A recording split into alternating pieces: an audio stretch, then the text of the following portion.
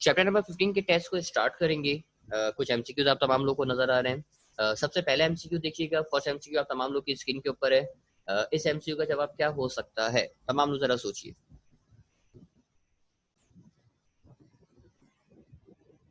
MCQ number 1 आप तमाम लोग अगर देखो, एमसीक्यू नंबर 1 में आपसे क्या बोला गया। एमसीक्यू नंबर 1 जल्दी से देखते हैं हम लोग। एमसीक्यू नंबर 1 में बोला गैल्वानोमीटर इज एन, यानी गैल्वानोमीटर की आपसे बात करी। गैल्वानोमीटर इज एन इलेक्ट्रोमैकेनिकली डिवाइस, यानी इलेक्ट्रोमैकेनिकली डिवाइस है। अच्छा, एक काम क्या करती है, इट कन्वर्ट्स व्हाट। तो देखो गैल्वानोमीटर जो काम करती है ना, वो काम ये करती है कि भाई अगर आप उसमें से करंट पास करते हो, तो करंट पास करने की वजह से वो जो चीज प्रोड्यूस करती है वो है आपके पास डिफ्लेक्शन। यानी इसमें से अगर आप करंट पास करोगे तो वो आपको डिफ्लेक्शन देगी। अब देखो एक लफ्ज तो उसने खुद आपको बता दिया कि भाई इलेक्ट्रोमैकेनिकली डिवाइस है, यानी इलेक्ट्रोमैग्नेटिक एनर्जी तो वो यूज करेगी। यानी उसमें से अगर आप करंट पास करते हो ना, गैल्वानोमीटर में से अगर आप करंट पास करते हो तो वो मैग्नेट की वजह से उसमें डिफ्लेक्शन प्रोड्यूस होता है। क्या गैल्वानोमीटर के अंदर, चलो एक रफ डायग्राम मैं आपको बना के दिखा दूं, वरना आप लोग पे परेशान ही रहोगे कि सर बात समझ में नहीं आ रही है आपकी। चलो मैं डायग्राम बनाता हूँ।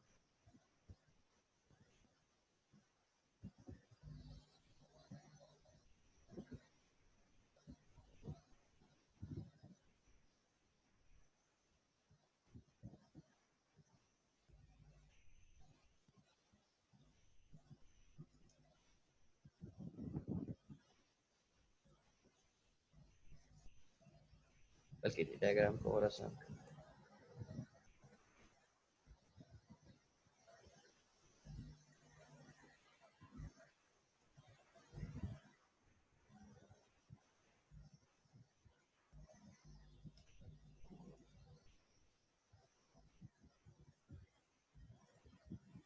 ओके, अब आप देखो होता क्या है, आप जो है ना अपने मैग्नेट, यानी आपके पास एक कॉइल होती है, इस मैग्नेट की इस कॉइल को आप प्लेस करते हो किसमें, नॉर्थ और साउथ यानी मैग्नेट के दरमियान प्रोड्यूस करते हो। अच्छा, इसके ऊपर जो है ना वायर बाउंड हुआ हुआ होता है, यानी वायर इसमें से पास हो रहा होता है। इस तरीके से वायर जा रहा है, ये वायर इसमें से पास हो रहा है। आप इस वायर में से जब करंट पास करते हो, आपने इसमें से करंट पास किया, तो कुछ अब इस वायर में से करंट पास करोगे तो आपको पता है ना, जब भी किसी वायर में से अगर आप करंट पास करते हो और उसको मैग्नेटिक फील्ड में रखते हो तो उसमें डिफ्लेक्शन प्रोड्यूस होती है। अब आप देखो आपने इसमें से करंट पास किया, करंट अगर मैं लिखूं करंट, तो करंट का मतलब इलेक्ट्रिसिटी हो गई। अच्छा, आपने क्योंकि इसको मैग्नेट के दरमियान रखा हुआ है तो इसका मतलब इलेक्ट्रोमैग्नेटिक एनर्जी तो हो गई। पहली बात तो कंफर्म है कि इलेक्ट्रोमैग्नेटिक एनर्जी। अच्छा, अब आप देखो आप इस, क्योंकि जब इसमें से करंट पास करते हो इसमें डिफ्लेक्शन होती है। याद है ना आप लोग को, डिफ्लेक्शन का मतलब है कि निडल ऐसी डिफ्लेक्ट करेगी। आपके पास एक गैल्वेनोमीटर है, ये निडल नजर आ रही है, इसकी निडल डिफ्लेक्ट करेगी, एक पॉइंट से दूसरे पॉइंट पे जाएगी। ये जो डिफ्लेक्शन है, ये डिफ्लेक्शन ये बता रहा है कि इसमें मैकेनिकल एनर्जी आ गई, क्योंकि मैकेनिकल एनर्जी जब होती है जब रोटेशन प्रोड्यूस हो। यानी इस एमसीयू का जो करेक्ट जवाब होना चाहिए, वो करेक्ट जवाब होना चाहिए क्या, electromagnetic energy into mechanical energy. जो ये सोच रहे थे कि sir electrical energy into mechanical, तो ये गलत है, क्योंकि इलेक्ट्रिकल सिर्फ इलेक्ट्रिकल एनर्जी थोड़ी यूज करो, आपने मैग्नेट भी तो यूज किया है। तो इसका मतलब इलेक्ट्रोमैग्नेटिक एनर्जी को वो कन्वर्ट करता है किसमें, मैकेनिकल एनर्जी में।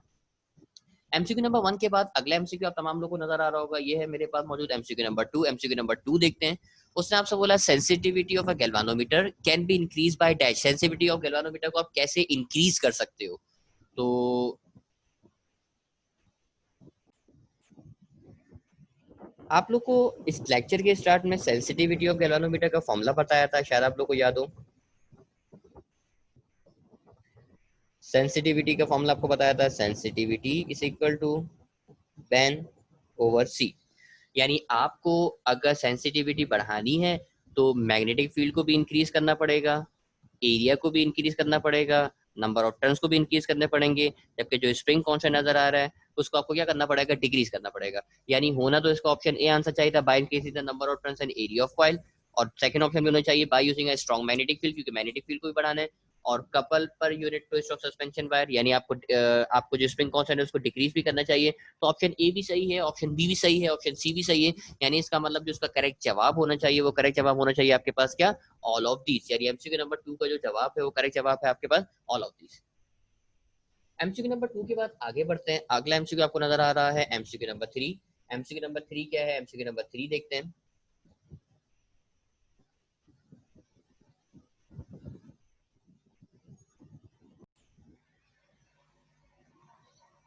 एमसीक्यू नंबर 3 में आपसे बोला गया, in order to measure current with the maximum accuracy the resistance of the ammeter must be dash. अब आप देखो एमीटर की जो रेजिस्टेंस है, याद है ना एमीटर बनाने के लिए आप क्या करते हो? एमीटर बनाने के लिए अगर मैं आपसे बात करूं तो याद होगा, एमीटर बनाने के लिए आप, चलो लिख के भी दिखाते हैं आपको इसकी थ्योरी।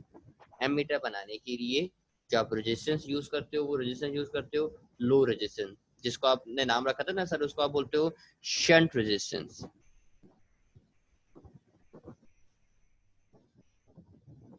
देखो अब इसका जवाब आप देखो, खुद आपके पास जवाब इसका मिल गया कि सर आप शंट रेजिस्टेंस में आप यूज करते हैं। शंट रेजिस्टेंस का मतलब आपको मैंने बताया था सर, पैरेलल रेजिस्टेंस होती है और इसकी वैल्यू कम से कम होनी चाहिए। यानी आपको जितनी ज्यादा एक्यूरेसी चाहिए तो उसकी जो रेजिस्टेंस है उतनी ही कम होनी चाहिए। यानी जितनी ज्यादा आपको एक्यूरेसी चाहिए किसकी, एम मीटर की, यानी एम मीटर की आपको जितनी ज्यादा एक्यूरेसी चाहिए उतनी ही ज्यादा आपके, उतनी ही कम इसकी क्या होनी चाहिए, रेजिस्टेंस होनी चाहिए। बड़ा आसान सा सवाल था एमसीक्यू नंबर 3।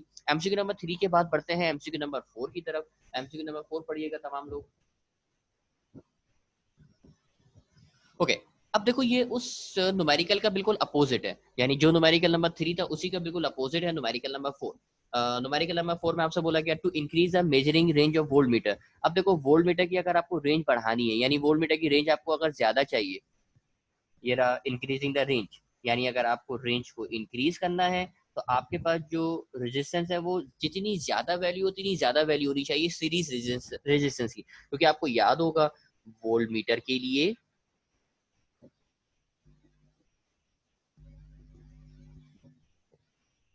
आपको याद होगा वोल्ट मीटर के लिए जो आप रेजिस्टेंस इस्तेमाल करते हो वो रेजिस्टेंस इस्तेमाल करते हो हाई रेजिस्टेंस। यानी जितनी ज्यादा आपकी रेजिस्टेंस की वैल्यू होगी उतना ज्यादा वो क्या कंसिडर किया जाएगा, एक्यूरेट कंसिडर किया जाएगा।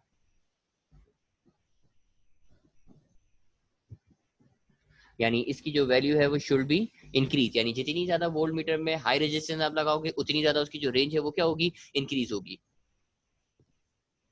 एमसीक्यू नंबर 4 के बाद एमसीक्यू नंबर 5 आपके पास।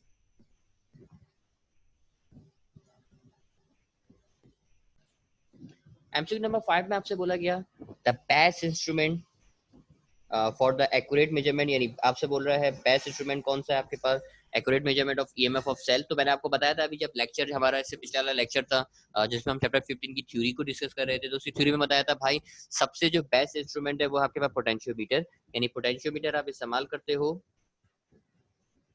वोल्टेज को मेजर करने के लिए। ये बात तो आप तमाम लोगों को पता है।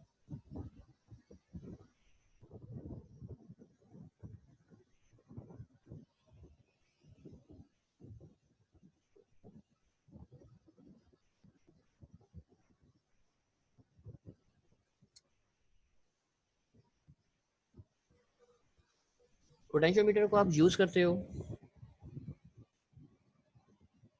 ये ज्यादा एक्यूरेट है वोल्ट मीटर के बारे मुकाबले में, ये आपको मैं चैप्टर 15 की थ्योरी में बता चुका हूँ।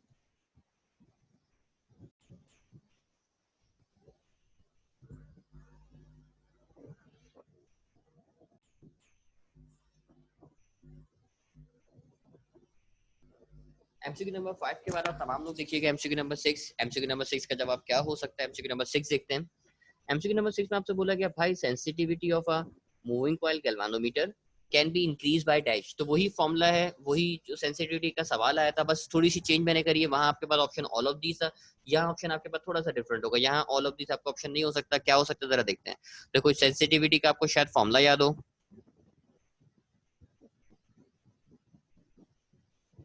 सेंसिटिविटी का जो फॉर्मूला है हमारे पास वो फॉर्मूला है एन ओवर सी, ये आपके पास फॉर्मूला है। अच्छा अब क्या क्या इंक्रीज करना होता है आपको याद है ना, मैग्नेटिक फील्ड को इंक्रीज करना होता है, एरिया को इंक्रीज करना होता है, नंबर ऑफ टर्न्स को इंक्रीज करना होता है, जबकि डिक्रीज करना होता है किसको, स्प्रिंग कांस्टेंट को डिक्रीज करना होता है। अब आप इसमें से फैसला कर लो। ऑप्शन नंबर ए देखो, डिक्रीजिंग एरिया ऑफ कॉइल, तो ऑप्शन नंबर ए नहीं हो सकता क्योंकि एरिया ऑफ कॉइल को तो बढ़ाना है। नंबर ऑफ टर्न्स को भी नहीं हो सकता क्योंकि नंबर ऑफ टर्न्स को कम थोड़ी करना होता है, यानी ऑप्शन बी भी नहीं हो सकता क्योंकि दोनों को बढ़ाना होता है, मैग्नेटिक फील्ड को भी और एरिया को भी। तीसरा जो ऑप्शन दिया वो क्या दिया हुआ है, इंक्रीजिंग मैग्नेटिक फील्ड, यानी मैग्नेटिक फील्ड को बढ़ाओ। यानी जो करेक्ट जवाब होना चाहिए वो क्या होना चाहिए, ऑप्शन नंबर सी, यानी इंक्रीजिंग मैग्नेटिक फील्ड। तो ये तो कुछ थ्योरी के सवाल थे, जो थ्योरी के सवाल मैंने आप लोगों से डिस्कस किए। इसके बाद आप अगला सवाल देख रहे होगे एमसीक्यू नंबर 7। ये एक न्यूमेरिकल की टाइप का सवाल है, न्यूमेरिकल की सूरत में हम इसको सॉल्व करेंगे। जल्दी से इस सवाल को तमाम लोग देखिएगा और इसका करेक्ट जवाब लगाने की कोशिश करते हैं। इसका करेक्ट जवाब क्या हो सकता है? एमसीक्यू नंबर 7 में आपसे बोला गया, एमसीक्यू नंबर 7 देखते हैं, सॉल्व करके कोशिश करते हैं इसके जवाब क्या आना चाहिए। सवाल में आपसे बोला गया द गैल्वानोमीटर ऑफ रेजिस्टेंस 25 ओम, यानी आपको सबसे पहले जो चीज दे रहा है वो रेजिस्टेंस दे रहा है गैल्वानोमीटर की, जिसको आपने लिखा सर हमें दे रहा है आर जी। आर जी की वैल्यू हमें दे रहा है कितनी? 25 ओम, क्योंकि उसने बोला ना resistance of galvanometer. Having full scale deflection for a current of 10 milli ampere, 10 milli ampere current दे रहा है, फुल स्केल डिफ्लेक्शन, यानी ये आपको वैल्यू दे रहा है आई जी की। याद रखो जब भी वो बात करेगा ना फुल स्केल डिफ्लेक्शन की, इसकी आपसे बात करें फुल स्केल डिफ्लेक्शन, इसका मतलब समझ जाना वो आपको आई जी गिवन कर रहा है, और अगर वोल्टेज देगा तो वी जी गिवन कर रहा होगा। फुल स्केल डिफ्लेक्शन जहां भी बात करे आप समझ जाना आई जी दे रहा है। आई जी की उसने वैल्यू दी 10 मिली एम्पियर, ये उसने वैल्यू आपको दी। अब देखो मिली हटाने के आपने लिखा 10 की पावर -3 और ये कन्वर्ट हो गया किसमें? एम्पियर में। अच्छा जी, अच्छा अब आपको रेंज दे रहा है, रेंज दे रहा है वोल्ट मीटर की 100 वोल्ट, तो याद रखो रेंज का मतलब है यहाँ पे आपको कैपिटल वी गिवन कर रहा है, कैपिटल वी की वैल्यू है 100 वोल्ट, और आपसे बोल रहा है कि वो रेजिस्टेंस बताओ जो आपको गैल्वानोमीटर से वोल्ट मीटर में कन्वर्ट करने के लिए इस्तेमाल हो, मतलब आर निकाल के दिखा दो। अब देखो आपने क्योंकि रेंज आपको बताई गई 100 वोल्ट, यानी और आपको बनाना क्या है? Volt meter. देखो आप लोग को वोल्ट मीटर का फॉर्मूला याद है ना? वोल्ट मीटर का फॉर्मूला क्या होता है? वोल्ट मीटर का फॉर्मूला होता है R H is equal to V upon I G minus R G. सवाल में जो चीज आपको सीखनी है वो सिर्फ और सिर्फ कैलकुलेशन है। मेरे ख्याल में आपको डाटा भी बनाना, डाटा बनाना भी कोई मुश्किल बात नहीं है, डाटा बनाना भी आप तमाम लोग आगे होगा, डाटा में कोई मुश्किल बात नहीं। कैलकुलेशन हम करना सीखते हैं। कैलकुलेशन जरा देखिएगा, सबसे पहले देखो आपको v नजर आ रहा है, तो v की जगह पे तो आपने रख दिया 100 डिवाइडेड बाय आई जी, तो आई जी की जगह पे आप बोलेंगे सर आ जाएगा 10 की पावर -3 माइनस, और बराबर में लिखा हुआ है आर जी, तो आर जी की जगह पे आ जाएगा कौन? 25। अब देखो 10 की पावर -3 को आप ऊपर लेकर आ गए, तो ये हो जाएगा सर 100/10, और ऊपर हो जाएगा 10 की पावर +3, और बराबर में लिखा हुआ है आपके पास कौन? बराबर में आपके पास लिखा हुआ है माइनस का 25।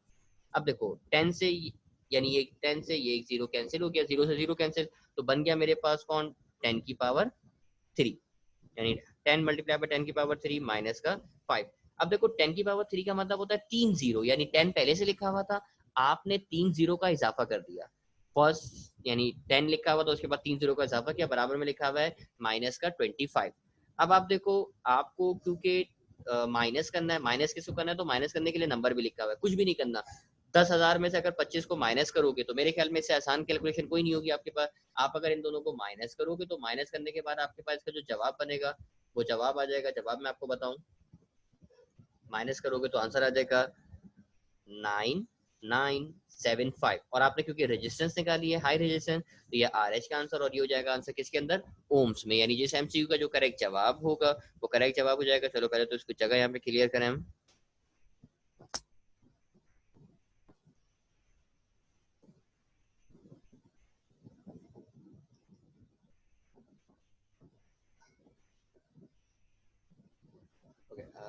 एमसीक्यू का जो करेक्ट जवाब आ रहा है वो 9975। एमसीक्यू नंबर 8 को देखते हैं। एमसीक्यू नंबर 8 में आपसे क्या बोला गया? एमसीक्यू नंबर 8 में आपसे बोला गया भाई what shunt resistance, what shunt resistance का मतलब यहाँ पे क्या है कि भाई आर एस की वैल्यू बता दो, यानी शंट रेजिस्टेंस की क्या वैल्यू होगी, मतलब आर एस बता दो। Connected across a galvanometer of 50 ohm resistance, देखो सबसे पहले उसने आपको रेजिस्टेंस दे दी, रेजिस्टेंस दे दी गैल्वानोमीटर की, मतलब आर जी दे दिया, और आर जी की वैल्यू आपको बता रहा है 50 ओम्स। अच्छा which gives full scale deflection, अभी भी बताया ना फुल स्केल डिफ्लेक्शन का मतलब आपको आई जी गिवन करेगा, तो आई जी आपको दे दिया कितना ओम, आई जी सॉरी आई जी आपको दे दिया कितना एम्पियर, तो आप बोलेंगे सर आई जी हमें मिल गया कितना? 2 एम्पियर। फिर उसने बोला so as to convert into an ammeter of 10 ampere range, 10 ampere range का मतलब ये आपको आई गिवन कर रहा है, तो देखो आपको मिल गया आई की वैल्यू, आई का आंसर आ गया 10 एम्पियर, और आपसे जो चीज मांग रहा है वो क्या मांग रहा है? आर एस मांग रहा है। अब देखो कैलकुलेशन आप करोगे आर एस अगर आपको चाहिए, तो आर एस के लिए आप फॉर्मूला क्या अप्लाई करोगे? आप तमाम लोग को फॉर्मूला याद है, आर एस का फॉर्मूला मेरे पास R S is equal to I G R G divided by I minus I G. Values को पुट करो, देखो आप आई जी की जगह पे क्या आ जाएगा, आप बोलेंगे सर आई जी की जगह पे आ जाएगा मेरे पास 2, आर जी की जगह पे आ जाएगा मेरे पास 50 divided by I minus I जी, तो नीचे हो जाएगा 10 -2। अब आप इसको मल्टीप्लाई कर लीजिए, 50 को 2 से मल्टीप्लाई करोगे तो ये आंसर हो जाएगा आपके पास 100, नीचे माइनस करोगे तो आंसर हो जाएगा 8। अब आप 2 से डिवाइड करते रहो, ये देखो 2 50 ज़ा 100, 2 4 ज़ा 8, फिर दोबारा 2 से डिवाइड कर दो, 2 2 ज़ा 4 और ऊपर हो जाएगा 25, फिर दोबारा 2 से डिवाइड कर दो, 2 1 ज़ा 2 और ये हो जाएगा सर मेरे पास 25 का हाफ होता है 12.5, यानी जो करेक्ट जवाब हो गया मेरे पास वो कितना हो गया 12.5 ओम, यानी जो करेक्ट जवाब है वो करेक्ट जवाब क्या है, option number B. MCQ number 8 के बाद तमाम लोग अब देखिएगा एमसीक्यू नंबर 9। एमसीक्यू नंबर 9 का करेक्ट जवाब क्या हो सकता है?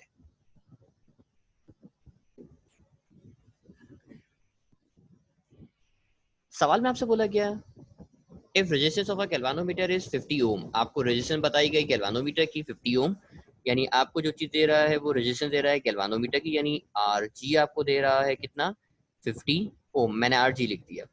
The resistance of voltmeter having 5000 ohm series resistance, अच्छा सीरीज रेजिस्टेंस की आपको वैल्यू बता रहा है कि भाई the resistance of voltmeter having 5000 resistance will be dash, यानी आपको रेजिस्टेंस यहाँ पे प्रोवाइड कर रहा है हाई रेजिस्टेंस, और हाई रेजिस्टेंस की वैल्यू दे रहा है 5000 ओम।